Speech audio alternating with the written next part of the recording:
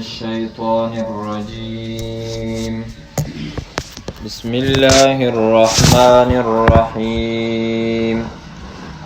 سبحانك لا علم لنا إلا ما علمتنا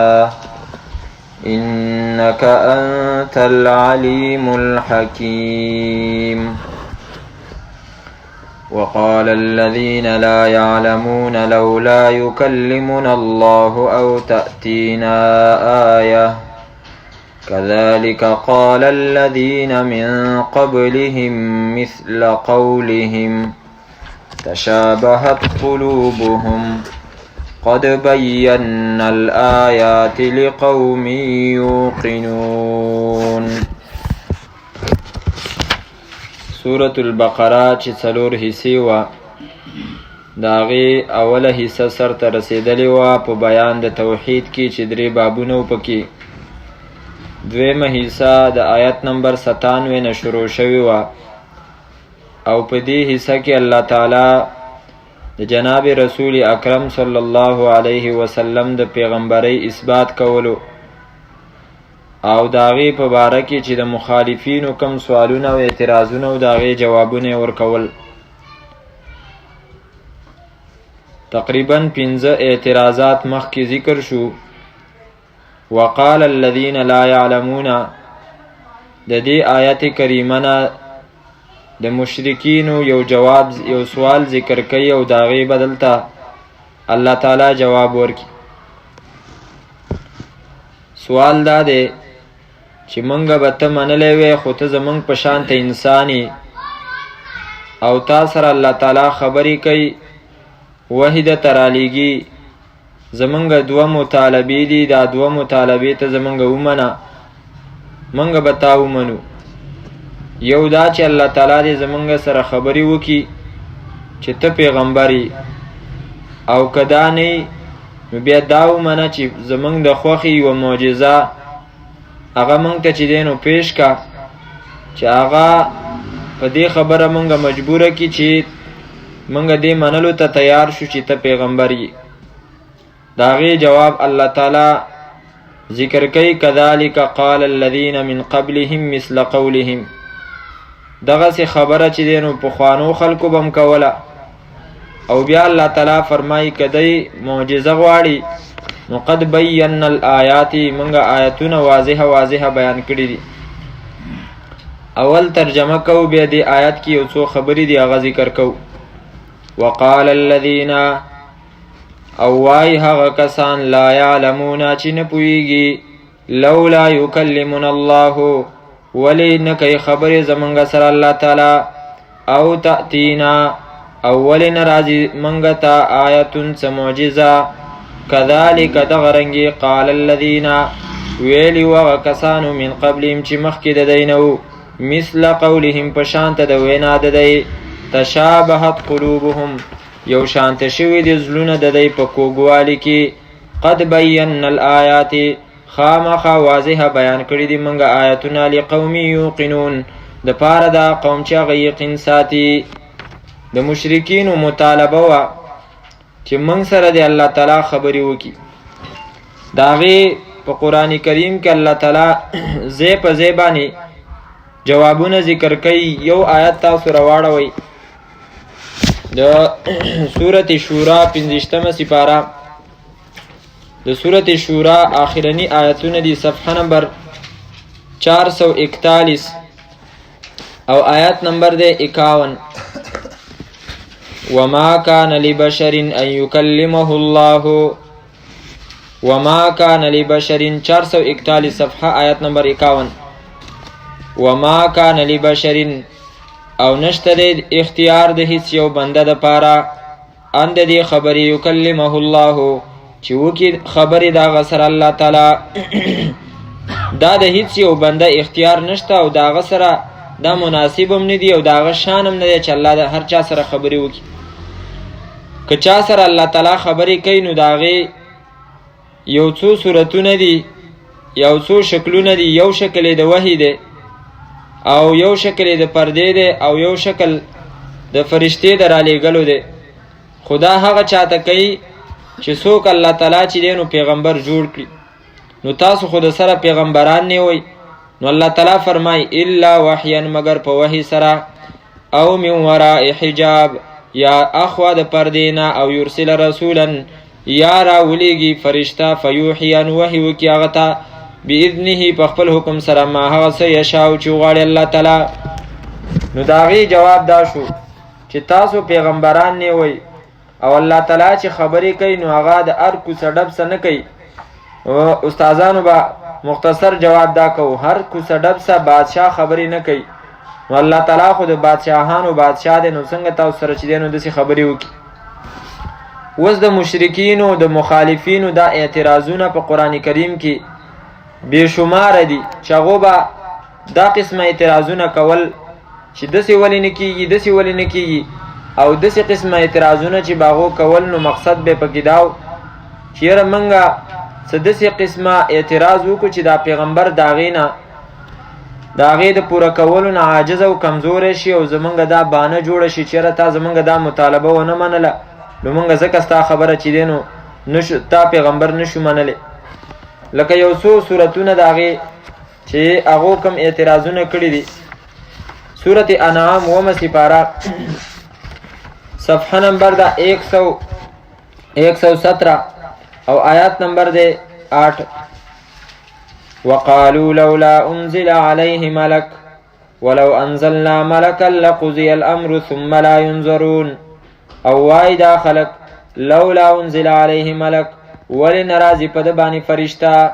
دای بل اعتراضو چې تا به منگ علو منو چې پا تا باندې فرشته راشي دام بیزه اعتراضو. او دغرنگی نور اعتراضونه ډیر شي په یو ځل باندې په 15 سپاره سورت بنی اسرائیل کې صفحه نمبر دے 263 او آیات نمبر 90 نه شروع کیږي آیات نمبر 93 پوری 263 صفحه آیات نمبر 90 وقالوا لن نؤمن لك حتى تفجر لنا من الارض ينبوعا. منګه ویل دی منګه تا نشو منلې تر دې پورې چې ته زمونږ د پاره د ځمکې نه چینې راوباسې چې سمې تیزې چینې ترې رواني هله به منګه تا منو. او یا او تکون لک جنة من نخیل وعنب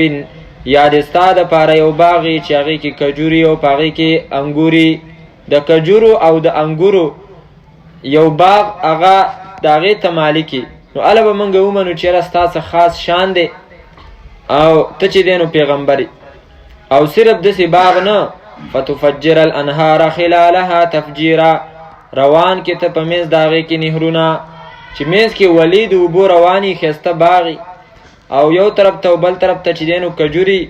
او دغه رنګې انګوري په هغې باندې او په منځ کې چې دی نو د ولي د اوبو هغه چې دی نو رواني. او دریم او تسقط السماء یا راوغورځې په منګه باندې اسمان یعنی د اسمان نه کما زعمت علینا کسفن لکه څنګه چې ستا ګمان دی کسفن یوه ټوکړه د اسمان نه یوه ټوکړه راوله یا خو مراد د دې نه هغه عذاب دی چې نبی علیه صلات وسلام به دی ته ویلي نو دی ویلې چې موږ به د هله منو چې هغه عذاب چې دی نو ته په موږ باندې راولي. او تأتي بالله والملائکة قبیلا یا راولي الله تعالی او فرشتې قبیلا په ډله باندې نعوذ بالله دې حد ته چې دی نو هغوی په دې خپل ضد او عناد کې ورسېدل چې الله تعالی راوله چې هغه موږ ته ستا د پیغمبرۍ په باره کې خبر راکړي. او بل او یکون لک بیت من زخرف یا یې دې ستا دپاره یو کور د سرو زرو چې د سرو زرو ښایسته کوري او ستا دپاره جوړي. او ترقا فی السماء او یا وخیږي ته په اسمان کې یعنی موږ تعینو او ته داسې روانې او اسمان ته خیږي. او بیا وی ولن نؤمن لرقیک او منګه تصدیق نه کو ایمان نه راوړو ستا د اسمان ته د ختلو د وجې نه حتی تنزل علینا کتابا نقرؤه تر دې پورې چې ته را نازل کړي په موږ باندې داسې یو کتاب چې موږ یې لولو. څونه اعتراضونه یې وکړه قرآن راغلی او خدا خو یې نه منو. نبی علیه صلات وسلام ته به فرمایل چې دا قرآن کریم یا بدل کا او دا د توحید آیتونه تی وباسه او یا د دې په ځای باندې ټول کتاب چې کوم دی نو هغه بدل کو بل کتاب راوړه. الله تعالی فرمایي قل تو ویوا سبحان ربي پاکی دا زما رب لرا هل كنت الا بشر الرسولا زخنی ما مگر بشر پیغمبر انسان ما او پیغمبر ما او دغه کارونه چې تاسو یادوي نو دا کارونه دا د الله تعالی کارونه دي چې کله خوخه وا نو دغه به وکی چې خوخه نه وا نو زی په زور په الله باندې نشم کوله. دغه رنګ نور لسمه سپاره پاره کې تقریبا دا اعتراضونه تقریبا ټول کړی دي. صفحه نمبر 325 او سورة فرقان اتلسمه سپاره ده صفحه نمبر 325 او آیات نمبر ده 7 نه شروع کیږي. وقالوا ما لهذا الرسول يأكل الطعام وقالوا او وای دا مشرکین ما لهذا الرسول څه شوی دی په دې پیغمبر باندې یاکل الطعام چې دا ډوډۍ خوري. دا اوس یو اعتراض. ويمشي في الاسواق بل اعتراض او دا ګرځي په بازارونو کې. نبی علیہ الصلوۃ والسلام به خپل ضرورت د پاره کله کله بازار ته تلو نو د دیو په دا اعتراض او چې دا بازار کې ګرځیدل دا د شان مناسب نه دي. نو بازار کې ګرځیدل دا د پیغمبر د شان سره مناسب دي. پیغمبر یوازې د جمعات د پاره نه دی، هغه چې کوم دی نو د بازار د پاره دی، د کور د پاره دی، هغه به د بازار حالات معلومي. لولا انزل الیه ملک فیکون معه نذیرا ولی را نازل نشو د سره الیه دتا ملکون یو فرشتہ ولی راون لی گلیشول دتا یو فرشتہ فیکون معه نذیرا چې شي د سره يرون کی چې د سره فرشتہ وي او یو ځای وسه ګرځیدل او اغم چې کوم دینو دغه شانته خبرې کوله څنګه چې دا کوي. او یلقا الیه کنز او یا را غرزول شي د ته خزانه او تكون له جنته یاکل منها. اغه اعتراض دی چې یاد د لپاره باغی چې د دینه خوراک کوي.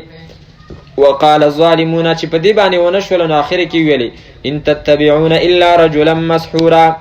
تاسو تابعداري نه کوئ مگر د یو بنده د یو سړی چې هغه باندې جادو شوی دی. دغه رنګي نور لسمه سپاره مخامخ پاغي کې موي. وقال الذين لا يرجون لقاءنا او وایا کسان چې امید نه ساتي زمونږ د ملاقات لولا انزل علينا الملائکه ولی راون لګل شو په منګ باندې فرشتي او نرى ربنا یا وینو منګ رب خپل چې خپل رب منګ وینو دسی ولی ونشو. دا بیزه اعتراضونه په نبی علیہ الصلوۃ والسلام باندې لاندې په دغه سورته فرقان کې چې بلم کړی دی چې لولا نزل وقال الذين كفروا لولا نزل عليه القرآن جملة واحدة. دا قرآن کریم ټول په یو ځل ولې نه راغل، دا لګ ولې راځي. نو بیزه اعتراضونه الله تعالی فرمایي كذلك قال الذين من قبلهم دغه شانت ویلو هغه کسانو چې مخکې د دینو وس دا خبره چې چا کړی دا سوکو دا مشرکینو د مکی مکرمه مشرکینو دا قسم اعتراضونه کول او د دینه چې مخکې کوم نو هغه سوکو هغه يهودو او نصاراو چې هغه په حضرت موسی علیه السلام باندې دغه قسمه اعتراضونه کړیو. مخکې مونږ ویلو لن نؤمن لك حتى نرى الله جهرا مونږ چې دینو تا نه منو سو پورې چې الله مونږ ته بخکاره نه خودل. الله تعالی فرمای كذلك قال الذين من قبلهم مثل قولهم اغوم دغه سی خبره کړی و تشابهت قلوبهم یو شانت شوی دي زلونه د دې زلونه په دې کفر کې او په دې ورانوالي کې چې نو بالکل یو شانت شوی دي. او الله تعالی فرمای ته به چې لکه دیو یو بل ته د دې وصیت کړو لکه د مخکنو نه دیو ته دا وصیت را رسیدلو چې تاسو چې نو دغه سی خبرې کوي. لکه 471 صفحه سورة زاریات کې دغه قسمه الله تعالی چې کوم دینو د دې وغه خبره ذکر کړی ده او په غیرت کړی. آیت نمبر 52 471 صفحه كذلك ما اتى الذين من قبلهم دغه رنګ نو راغلی مخکې د دینا من رسول هیڅ یو پیغمبر الا قالوا مگر د خلکو به ویلي ساحر چې د لیونه دی جادوګر دی او مجنون یا لیونه دی. الله تعالی فرمای اتواصوا به آیا دی وصیتونه کړیو یو بل ته په دې خبره باندې لکه چې مخکنو دیو ته چې دینو ویلیو تشابهت قلوبهم زنونه د دیو چې دینو یو شانت شوی دی. او دا چې کوم دینو د هر زمانه خلق چې هغه د مخکنو خلقو په نقش قدم باندې چلیږي. امام ابن تیمیه سے فرمای خصوصا روافض او شیعگان د دیو په زلونه کې چې کوم دینو هغه سي نفرتونه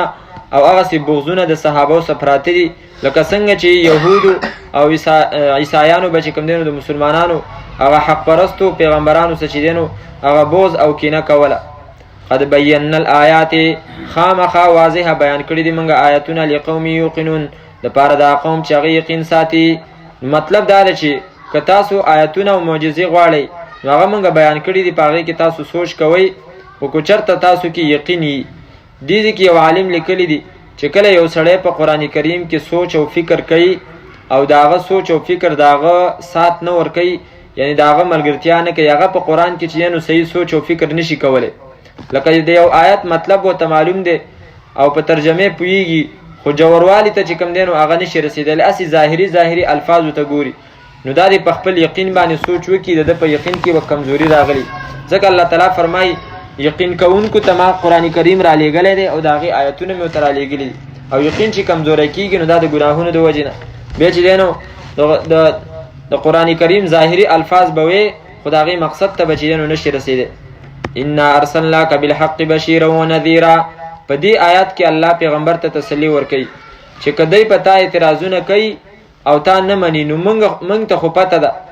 چې ته زمونږ پیغمبر یې. انا ارسلناک یقینا موږ لیږلی ته بالحق په حق سره بشیرا زیری ورکوونکې منونکو ته، ونذیرا او یرونکې نه منونکو لره، ولا تسألو او تپوس به ونه کړی شي ستانه عن اصحاب الجحیم په باره د دوزخیانو کې. نبی صلی الله علیه وسلم چې الله تعالی را لیږلی نو د هغه د دعوت چې کوم دی نو دوه وزرې دي. یو وزر د هغې چې کوم دی نو هغه امر بالمعروف او بل وزر چې کوم دی نو هغه نهی عن المنکر، یعنی د ښو کارونو حکم او د غلطو کارونو نه منع کول. او بیا د ښو کارونو حکم کې چې د کم کسان د هغه تابعدار شو او هغې ومنل نو د هغو دپاره چې کوم دی نو هغه بشیر شو. او چې کوم د نهی عن المنکر کارونه چا د هغه ونه منل او د هغو دپاره چې دی نو نظیر شو. یا داسې ویوه چې منونکو دپاره چې کوم دی چې هر څه وله منلی دي، د کولو حکمونه یې منلی دي او د نه کولو حکمونه چې کوم دی نو د هغې نه ځان منع کړی دی نو د هغو دپاره بشیر شو. او چې کوم داسې چې امر بالمعروف د ښو کارونو نه به وله انکار کو او نهی عن المنکر یعنی ناروا کارونه به کول نو د هغو دپاره نظیر شو. قرآن کریم کې د نبی علیه صلات وسلام دا صفت تقریبا 41 پیرې ذکر شوی دی. نو په دې کې دې خبرې طرف ته اشاره ده چې خلق یوازې په دې باندې نه کېږي چې ته هغو له چې دی نو ترغیب د نیکو اعمالو ورکې، یوازې په دې باندې نه کېږي. ځینې خلک د ناپوهۍ د وجې نه، د کم علمۍ د وجې نه دا وایي چېرې د قیامت خبرې چاته مه کوه، د قبر خبرې او دا د عذابونو خبرې دا مه کوه چاته. په دې باندې خلک چې کوم دی نو زړه ماتېږي. خو دا خبره غلطه ده. څو پورې چې ته خلکو ته ښایسته باغونه ورخې او هغه چې کوم دی نو جنت ته رسې هغې به زړور کېږي. دا بل طرف مو ته بیانوه، دا د صورت حاقې د قیامت حالات او د صورت القیامه، د صورت تکویر، د صورت قاف یوم نقول لجهنم هل امتلأت، او دا د مرګ حالات د ولقد خلقنا الانسان ونعلم ما توسوس به نفسه. دام د قرآن کریم چې کوم دی نو بنیادی حصه ده. نو دا خبره د ناپوهۍ ده چې صرف فضیلتونه بیانوه او د یېرې خبرې چې دی نو مه کوه. دا دواړه ضروري دي. ځینې خلک یې د هغو ترغیب د جنت په دې باندې پیدا کېږي چې هغو ته نعمتونه ور بیان کړي، خو اکثر په دې باندې هغه خلک دغه کېږي چې د هغو زړه چې دی نو هغه نیکو ته د مخکې نه متوجي، نورم چې کوم دی نو شوق پیدا کېږي. او چې کوم کسان داسې چې هغې د مخکې نه نیکو اعمالو څخه چې دی نو شوق نه لري نو د هغو دپاره دا د عذاب خبرې چې کوم دی نو هغه ضروري دي. نو دا چې ورته کله وکړي نو هله هغې بیا سمې لارې ته چې دی نو راوړي. دواړه خبرې ضروري دي. نه به څوک چې کوم دی نو دومره زړور کې چې هغه په ګناهونو باندې زړور شي. غفور الرحیم صفت ورته بار بار بیانې، هغه یاره اسم الله تعالی چې کوم دی نو بخونکي ذات دی او زما عقیده برابره ده. نو هغه به چې دی نو ایسته زړور شي، خو مایوسه کې به هم نه چې همیشه ورته چې کوم دی نو د عذابونو خبرې کې د الله تعالی د رحمت نه چې دی نو هغه نه خبرې. نو دا دواړه خبرې چې کوم دی نو ضروري دي. علماء کرام فرمایي الایمان بین الرجاء والخوف، ایمان د امید او د یېرې په منځ کې دی چې یو طرف ته سړی خپلو اعمالو ته او نیکو ته ګوري نو خواهش پیدا کېږي، تمې پیدا کېږي چې زه خو جنتي یم. خو چې بل طرف ته خپلو ګناهونو ته ګوري نو بیا چې کوم دی نو هغه یره پیدا کېږي. د دې دواړو په منځ کې دا چې کوم دی نو ایمان دی. ولا تسألو او تپوس به ونه کړی شي ستانه عن اصحاب الجحیم په باره د جهنمیانو کې. د نبی علیه صلات وسلام ذمواري هغه خپل رسالت او پیغمبري د هغې حق ادا کولو او خلکو ته رسولو چې هغه کله وکړو نو د هغو ذمواري چې کوم دی نو هغه ختمه شوه. ځکه د حجة الوداع په موقع کې نبی علیه السلام فرمایلي الا هل بلغتو ما تاسو ته خبره ورسوه.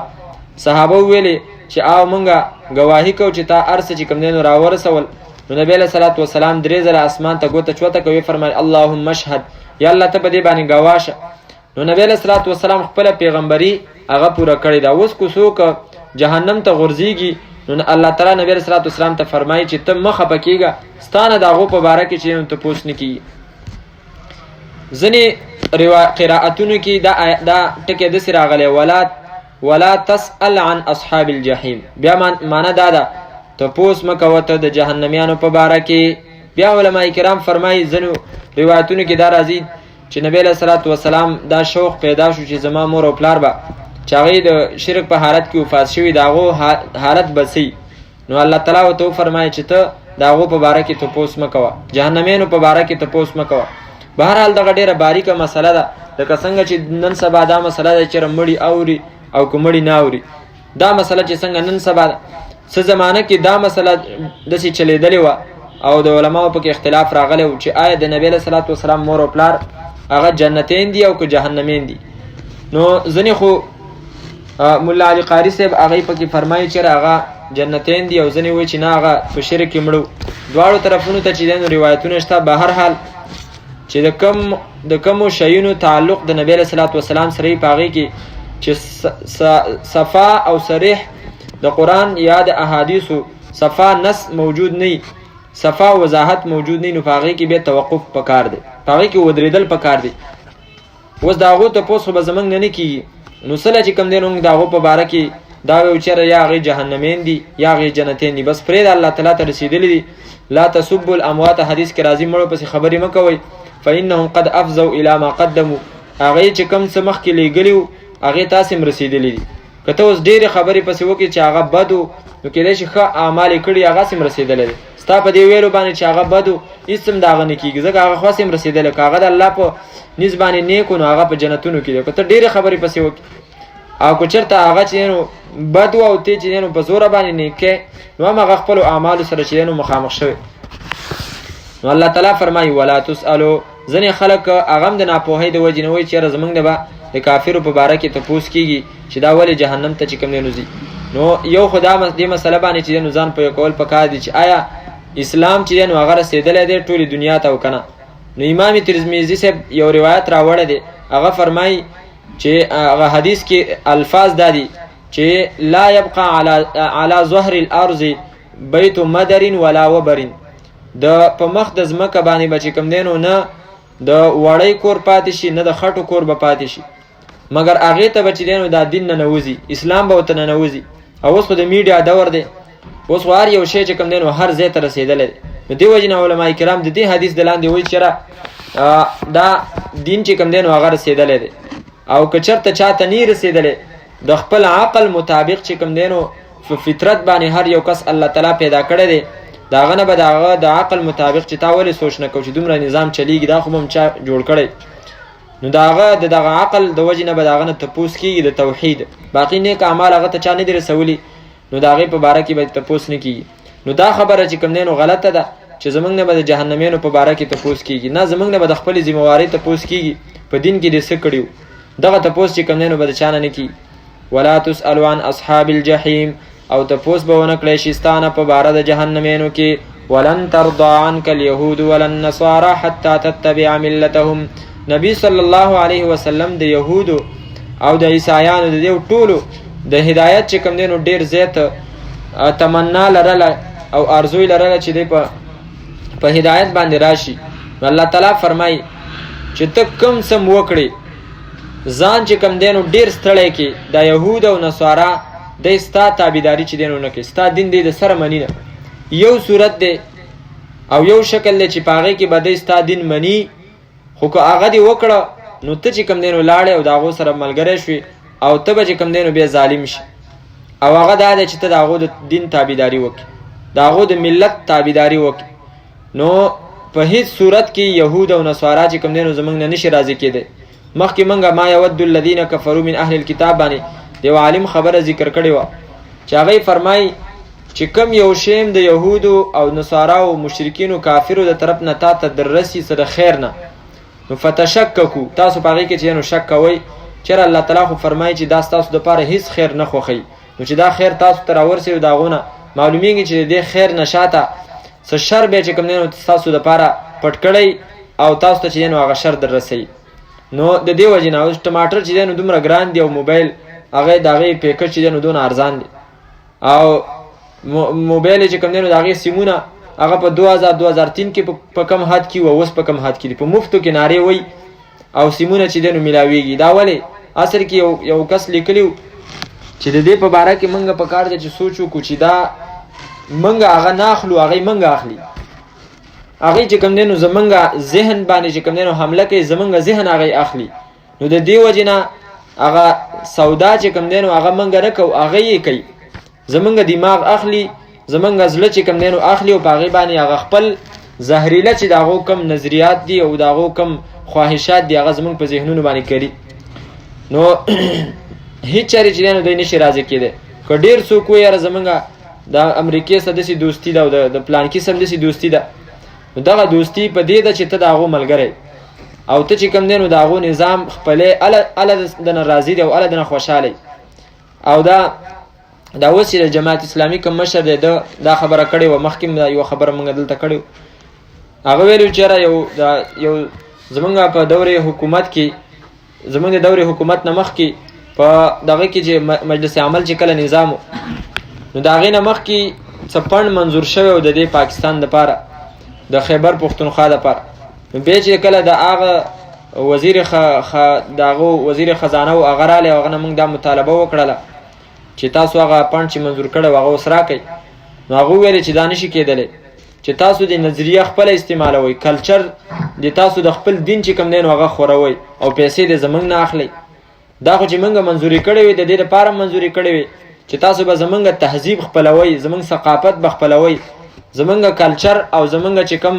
بود و باش دی د ژوند د تیرولو طریقې دي هغه به تاسو خپلوئ اله بله موږ دا درکوو نو دا چې کوم څه موږ له راکوي دا په حقیقت کې دا امداد نه دی بلکې دا زمونږ نظریات زمونږ نه چې دی نو اخلي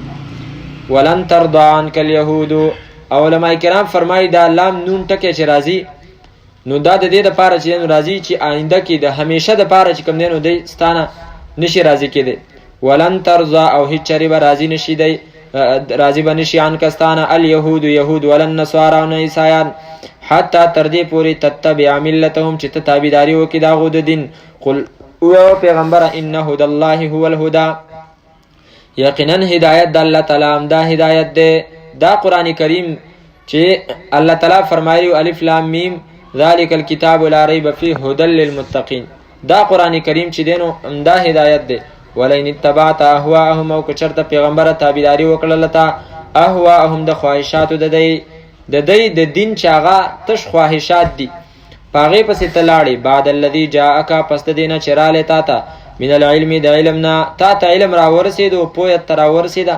او د هغې نه وروستو بیا هم چې دی نو ته د دې د خواهشاتو تابعداري کې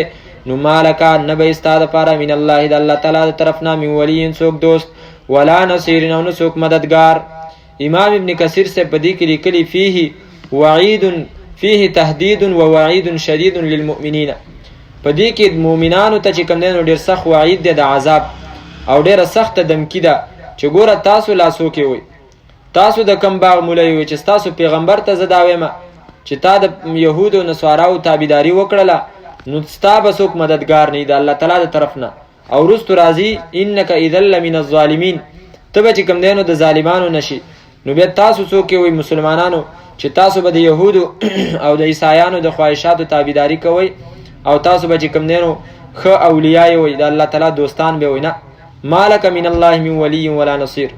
الذين آتيناهم الكتاب يتلونه حق تلاوته په دې آیات کریمه کې الله تعالی د یهودو نصاراو چې کوم مخکنی خلکو په هغې کې ځینې خلک داسې مو الله تعالی فرمایي رستو براشي سورۃ آل عمران کې چې دی برابر نه دي، لیسو سواء. دا یهود او عیسایان نصارا په دیو کې ځنې داسې خلک هم شته چې هغه دا قرآن کریم منی او د شپې چې کوم دین ولاړې عبادتونه کوي. الله تعالی فرمایي الذین هغه کسان آتیناهم الکتاب چې ورکړی دی موږ دوی ته کتاب، یتلونه لولي دی کتاب لره حق تلاوته په حق تلاوت د دې سره، په مناسب تلاوت د دې سره، اولئک دغه کسان یؤمنون به ایمان لري په دې قرآن کریم باندې. په یهود او نصاراو کې ځینې کسانو چې هغو ایمان راوړو قرآن کریم او خپل کتابونه به لوستل او به د هغې نه پس چې کوم دی نو کله حق د خپلو کتابونو ولیدو په قرآن کریم کې نو په دې باندې ایمان راوړو. لکه تاسو راواړوئ 6مه سپاره په هغې کې د دې آیات وضاحت هغه پوره شوی دی.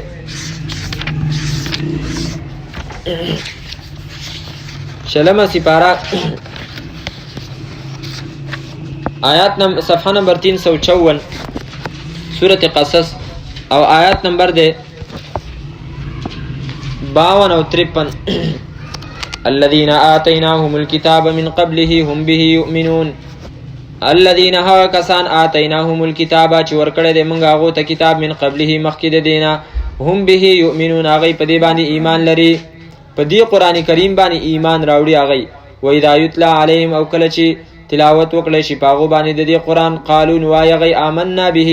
موږ په دې ایمان راوړو، انه الحق من ربنا یقینا دا حق کتاب دی زموږ د رب د طرف نه، انا کنا من قبله مسلمین یقینا موږ وو د دې نه مخکې اسلام قبلون کی ایمان قبلون کی. الله تعالی فرمایي دا کسان چې دي اولئک دغه کسان یؤتون اجرهم ور بکړی شي دی ته ثواب د دی مرتین دوه ځله ځکه چې مخکني پیغمبران منلی او داغو نبوت او پیغمبري په خپل وخت کې چې نو حق وه، لکه عیسایانو حضرت عیسی علیه الصلاة والسلام نصاراو چې دی نو هغه منلی و. چې کله نبی علیه الصلاة والسلام رالی نو په دې کتاب ایمان راوړو نو الله تعالی فرمایي د هغه مخکني ایمان ثواب به مته میلاو شي او د دې ایمان ثواب به مته میلاو شي. اوس دلته حق تلاوته مناسب تلاوت د دې د قرآن کریم مناسب تلاوت د دې څه مطلب دی؟ ځینې علما کرام د دې آیتونو معنا ذکر کوي یتلونه حق تلاوته چې هغې تابعداري کوي د دې قرآن کریم حق تلاوته پوره تابعداري، یعنی هغې د دې تلاوت معنا کوي په تابعدارۍ سره. اوس هغې چې د تلاوت معنا کوي په تابعدارۍ سره اول د دې معنا یو بل ځای کې چې کوم دی نو لفظ ذکر شوی دی چې د هغې د تلاوت معنا ده تابعداري او ورپسې تلل. لکه اخرنۍ سپاره تاسو راواړوئ د صفحه نمبر 541 او آیات نمبر دی 2 سورة الشمس. والشمس وضحاها والقمر اذا تلاها. والشمس قسم می دی پنور باندې وضحاها او پساخ د دې نور باندې، والقمر او قسم می دی پس سپوږمۍ باندې اذا تلاها کله چې ورپسې شي په دې نور پسې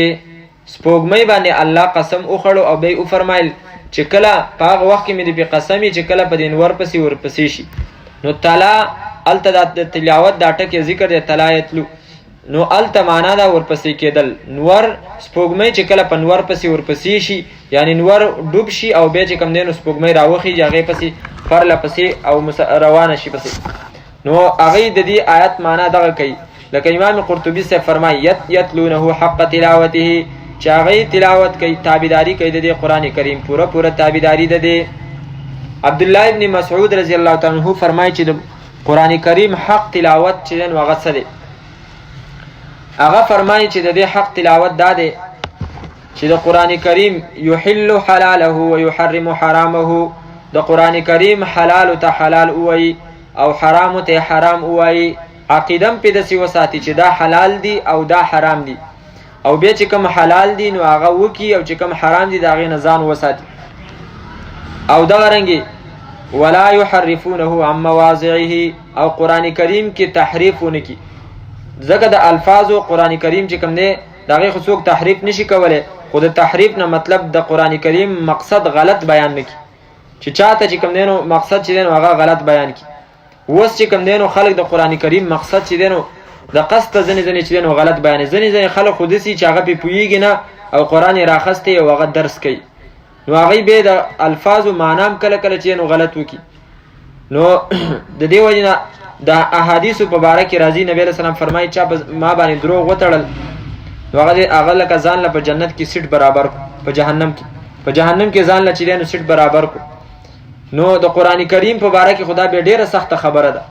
چې ته په قرآن کریم باندې د ځان نه چې کوم دی نو دروغ جوړې، ځکه چې ته پې نه پوهېږي، مقصد باندې نه پوهېږي او د ځان نه وله یو مقصد وی خو دروغ دې پې وتړل.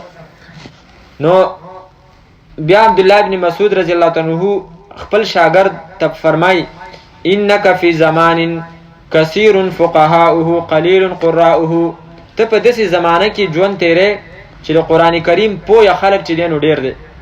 او د قرآن کریم صحیح الفاظ والا ویل خلک چې کم دی نو ویونکي خلک هغه کم دی. یعنی داسې خلک چې هغه د دې الفاظو پوره خیال وساتي دا خلک پکې چې کم دی نو کم دی. لکه حدیث کې راځي په تاسو کې د ټولو نه ښایسته قرآن ویونکی چې دی نو حضرت ابی دی، واقرأکم ابی بن کعب، او حضرت ابی بن کعب چې نبی علیه الصلاة والسلام ته الله تعالی فرمایلو چې ته ابی ته ووایه چې ما ته تلاوت وکړه. حضرت ابی رضی الله تعالی عنه ته نبی علیه السلام وفرمایه چې ما ته تلاوت وکړه. هغه حیرانه شو، ویل اقرأ علیک وعلیک انزل، په تا باندې خو را نازل شوی ده نو زه به تا ته څنګه وایم، په کار ده چې موږ یې ستا نه واورو. نبی علیه الصلاة والسلام وفرمایه چې الله امرني، الله چې کوم دی نو ما ته د دې حکم کړی دی. نو حضرت ابی ورته وویل الله سمانی، ای الله تعالی زما نوم اخستی دی چې ته د ده نه چې دی نو تلاوت واوره. نو نبی علیه السلام ته وفرمایه چې او ستا نوم یې راته اخستی. نو حضرت ابی د ډېرو خوشحالۍ نه په ژړا شو او بیا نبی علیه الصلاة والسلام ته چې نو تلاوت وکړو. عبدالله بن مسعود رضی الله تعالی عنه ته نبی علیه السلام وفرمایل چې ما ته تلاوت وکړه قرآن کریم. سورة نساء چې دی نو هغه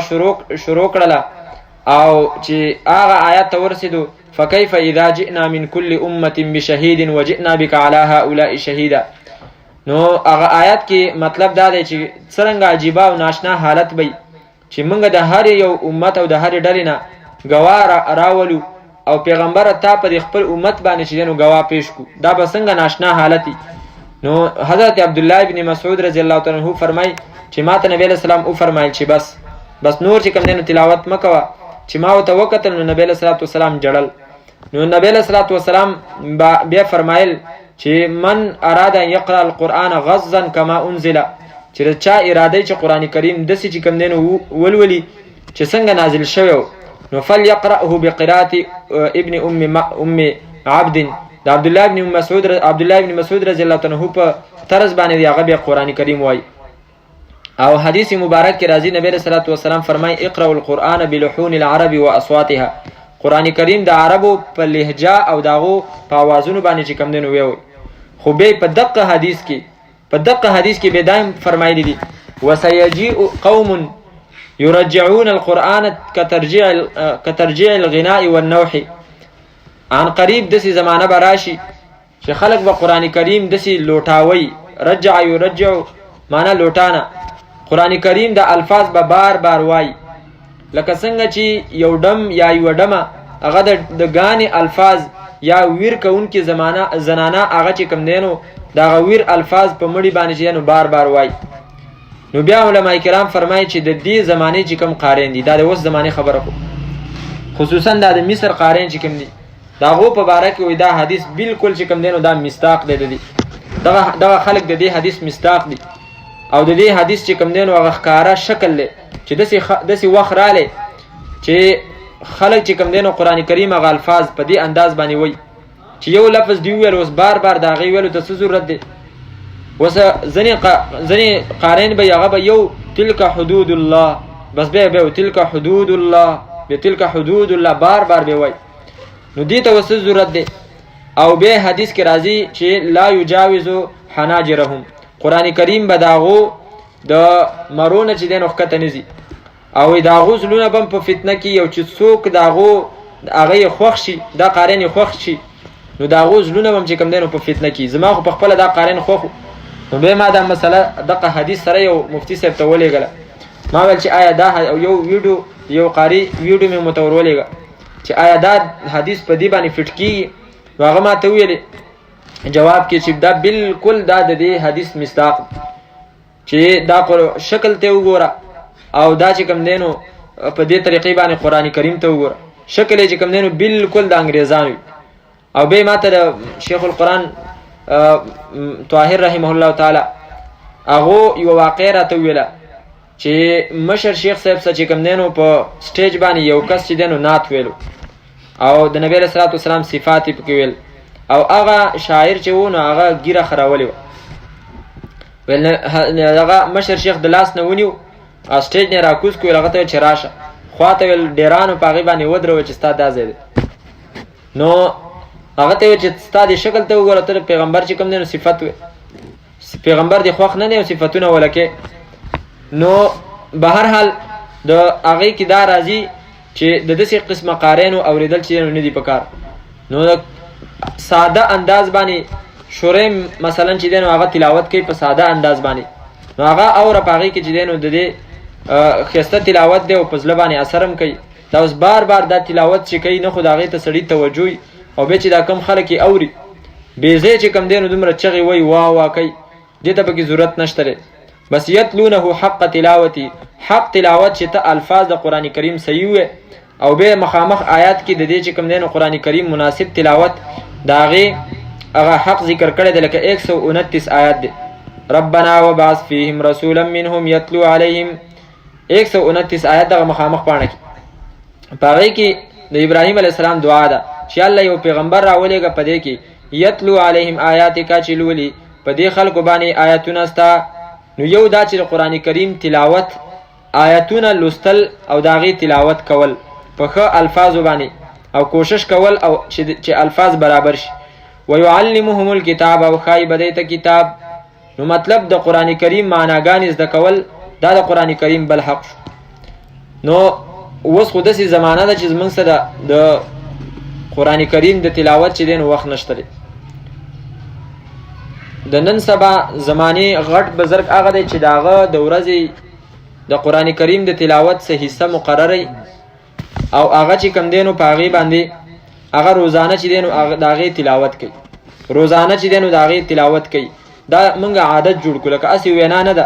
پکار ده چې زه هم پې عمل وکړم او تاسو هم پې عمل وکړئ چې قرآن کریم موږ دومره راخستی دی الله ته نږدې شوي. نو چې روزانه موږ د قرآن کریم الفاظ د هغې کوشش کوو چې صحیح کو او چې چا الفاظ برابر دي نو هغه دې څه حصه د قرآن کریم هغه روزانه په ځان باندې لازمه کړي. اگر چې لږی حدیث مبارک دی، نبی علیہ السلام فرمایي خیر الاعمال احب الاعمال الى الله ادومها وان قل، بهترین عملونه الله تعالی ته چې کوم دی نو هغه دي چې هغه همیشه سړی چې دی نو کوي، اگر چې لږ ویوه خو هغه چې کوم دی نو روزانه ویوه، دا د هغه ډېر ویلو نه چې دی نو هغه بهتر دی چې یوه ورځ وویې او بیا چې دی نو هغه پرېږدي. اوس په موږ باندې غلبه لکه دا د نن سبا عمومي یو مرض دی، دا کرکټ په موږ باندې دومره غالبه شوی دی چې موږ یې چې کوم دی نو بیخي غافله کړي یو د قرآن کریم نه. مفتی شفیع عثماني صاحب فرمایي چې ما حکیم الامت اشرف علي تانوي رحمه الله تعالی ته یو خط ولیکو او هغه ته ویل ما ویلې په خط کې مې ته ولیکل چې زما د امتحان زمانه ده، لکه دا وخت کې طالبو د امتحان زمانه مې ده او ما چې کوم د قرآن کریم هغه د تلاوت څونه حصه مقرر کړې هغه چې کوم دی نو زمانه نه ویل کېږي، لکه مصروفتیای او دا طالبانو ته پته امتحان په زمانه کې څومره سړی مصروف وي. نو هغه ما ته دا خط راولېږو، ما ته ویلې چې د امتحان په زمانه کې د چېرته روټۍ پرېښې ده، روټۍ نه پرېږدي او تلاوت ته چې کوم دی نو پرېږدي. نو دغه رنګې زموږ د سیزن زمانه هم ده چې د سیزن په زمانه کې زموږ نه چې دی نو نور څه نه پاتې کېږي، روټۍ رانه نه پاتې کېږي، خوراک رانه نه پاتې کېږي او خوب رانه نه پاتې کېږي او زموږ نه چې کوم دی نو د قرآن کریم تلاوت پاتې کېږي. نو په دې کې چې نو موږ سوچ وکړو او دا کرکټ په شان ته چې کوم دا بېهوده او لایانی بې فایدې کار دی، په کار ده چې د دې نه موږ ځان وساتو. زموږ په ذهنونو باندې دومره غلبه ده. اوس ماخوستن یو ځای ته محفل په هغې کې زه ناست وم، نو د کرکټ خبره پکې چا وکړله چې یاره کرکټ داسې و خلک یې بیخي دغه کړي. نو ما ویل زه اوس د کرکټ په دغه باندې شروع کوم چې یاره دا کرکټ خوښې دی او دغه دی دا خو خلک یې ډېر غافله کړی دی. یو هم د یو طرف نه شروع شو، دونه ګینونه پاتې وو او رنځونه یې پوره نه کړه، بل هم ویل بل صرف یو ضبط کې پاتې شو. نو ما چې زه اوس دا خبره کوم نو نامناسبه ده، خو دا ده چې لکه ډېر خوشي شی دی سړی لکه مثلا پیکج ولګوي په موبایل باندې، هغه د اخري نتیجې ته د اول سر نه تا میچ شروع کړو، دونه ګینونه دي دونه رنځونه دي، آخر حد ته چې کله ستانه مثلا پاکستان میچ وبیلو ته خپل حالت ته وګوره، ته خوشحاله کو خپي، ته به خامخا خپي، نو ته خو یوازې په هغه میچ باندې خو نه خپه، اگر چې مونږ خو یوازې په میچ باندې خپي، خو دا دومره د دې سره ستا د موبایل هغه امبیګانې ضایع شوې، ستا د موبایل چارج ضایع شو، ستا دومره وخت قیمتي چې کوم دی نو هغه ضایع شو، نو هغه چرته لاړ. او بل دی چې په دې کې په دې منځ کې څومره د زنانو تصویران راځي بېهوده، ځکه دا خو ټوله دنیا یې ګوري که نه. یو کس ویل په کروڑاو ته د موبایل کتونکي دا د میچ کتونکي دا کروڑاو ته رسېدلي وو، یقین وکړه چې د یو عالم بیاني 100 ته د هغې هغه کتونکي نه رسېږي، 100 ته په موبایل باندې. او چېرته ډېر غټ عالم احمد جمشید صاحب چېرته 100-200 کسان به واوري، زمونږ په شانته ساده چې د هغو په اذان څوک روجم نه ماتوي، هغه خو چې کوم دی نو یو کس هم نه اوري، غریب به ځان له لګوي. دا خو ستاسو سره الله تعالی ښه وکړي چې ماشاءالله تاسو کښېنئ، الحمدلله دا خو د قرآن مجلس دی اثر وي، ګنه زمونږ د خولې هېڅ اثر نشته. نو دومره کروڑاو ته چې خلک ورسېدل، لیوني دي خلک، یقین وکړه لیونتوب ته موږ رسېدلي وو. اوس د دې نه موږ ته څه فایده حاصلېږي؟ بېخه کلاړیان اوس څه کوي؟ په ګرونډ کې چېرته یو کلاړي سجده وکړه یا چې کوم دی نو مونځ وکړو، دا موږ ته دا راښایي چېرې که زمونږ دین چې کوم دی نو په دې کې دا په دې قسمه لوبو دپاره داسې قسمه سفرې کول دا لکه چې جایز دي. یو طرف ته په اسلام باندې ته چې کوم دی نو چاړه راکاږي، او بل طرف ته خلکو ته دا بزرګي خپله ښکاره کوي. نو خپله دغه اسلام په اسلام کې دا دومره سفر دا کوم ځای نه راغلی دی چې ته د داسې لوبې دپاره ته دومره سفر کوه، او د دې دپاره ته چې کوم دی نو منځونه پرېږده، د دې دپاره چې کوم دی نو ته هر قسمه بېحیایي ته کوه. بیا په ګرونډ کې ناست څومره کسان د هغو د یو هم چې کوم دی نو هغه عبادت نه وي، چې مسلمانان دي، کافر خو هېڅ هم نه کوي، دغه مسلمانان هم دغه نه کوي. بیا په دې باندې اوس موږ په دې باندې جاړو چېرې مهنګایي ده. ستا په یو کلاړي باندې د هغه په بوټانو څومره خرچه راځي، د هغه په جرسۍ باندې څومره خرچه راځي، د هغه په بیټ، د هغه په گین، د هغه په کاني پیني، د هغه په رهایش باندې څومره خرچه راځي. په کروڑاو روپۍ چې کوم دی نو زموږ د بجټ هغه په 40 روپۍ هغه په دې کیل باندې لګي، په دې لوبو باندې. بیا موږ دلته چې کوم دی نو جاړو مهنګایي راله. دې مهنګایي سپورټ خو ته په خپله کې چې ته ولاړې، ته چې کوم دی نو میچ ته ناست او ته چې کوم دی نو د میچ دغه کې نو ته خاورې به چې کوم دی نو ستا باندې ټماټر ارزان شي. بیا چې کوم دی نو موږ حکمرانانو ته کنځلې کوو. نو دا بیماري ده لکه موږ ټول په دې کې چې دی نو اخته یو، او الله تعالی دې موږ د دې نه چې دی نو وساتي. دا د غفلت نښه ده چې داسې قسمه لوبو ته بېفایدې لوبو ته چې کوم دی نو موږ داسې حد ته چې دی نو ورسېږو. شریعت چې کوم دی نو په هغه لوبو باندې پابندي لګولې چې په هغې کې صرف ذهني ورزشي پکې ته ټي وي وګورې، پلانکي چکه وواله، داسې ښایسته چکې وواله، نو تا له خوند درکړو، ستا ذهن صرف پرې شو، نور ستا بدن ته دومره وخت ټي وي ته ناست یې، ستا د صحت د هغې نقصان بني. ته روټۍ وخورې په هغه ځای باندې ناست یې، ستا صحت ته نقصان نه رسېږي، خامخا چې دی نقصان رسېږي. نو په کار ده چې د دې لوبې پرېښوستل، ما ته پته ده چې دا څومره د دې څونه عجیبه دغه دی، شوق دی، ګرانه ده. خو چې کله موږ یو ځل د دې عهد وکړو نو انشاءالله الله به موږ ته اسانه کړي. او ومن الناس من یشتري لهو الحدیث، الله تعالی فرمایي ځینې خلک هغه دي چې هغه بې فایدې شی نه هغه اخلي. لهو الحدیث کې ګانې بجانې او هر هغه شی چې د الله تعالی د ذکر نه سړی غافله کوي، دا ټول په دې کې راځي. نو د هغې په ځای باندې موږ د قرآن کریم تلاوت وکړو، د دې سره چې کوم دی نو خپل تعلق برابر کړو، انشاءالله زمونږ د دنیا د خوشحالۍ دغه به مي. او چې کله څومره د موبایل سره تعلق زمونږ سیوا کېږي او هم نه چې کوم دی نو زړه کې چې دی نو هغه نورانیت ختمیږي. الله تعالی دې په دې باندې مال او تاسو ټوله د عمل توفیق راکړي. الذین آتیناهم الکتاب، هغه کسان چې ورکړی دی موږ هغو ته کتاب، یتلونه لولي دی کتاب لره، حق تلاوته، په حق تلاوت، په مناسب تلاوت د دې سره، یا یتلونه تابعداري کوي د دې، حق تلاوته پوره تابعداري د دې. اولئک یؤمنون به، دغه کسان دي چې ایمان لري په دې قرآن کریم باندې. ومن یکفر به، او هغه څوک چې کفر کوي په دې باندې، فاولئک، پس دغه کسان هم الخاسرون، هم دی تاوانیان دي. وقال الذین، او وایه هغه کسان لا یعلمون چې نه پوهېږي، لولا یکلمنا الله، ولې خبرې نه کوي زمونږ سره الله تعالی، او تأتینا آیة، یا ولی نرازی مونږ ته آیتون سنخا څه معجزه کذالک دغرنګي قال الذين ویلی وغه کسانو من قبلهم چې مخکې د دینو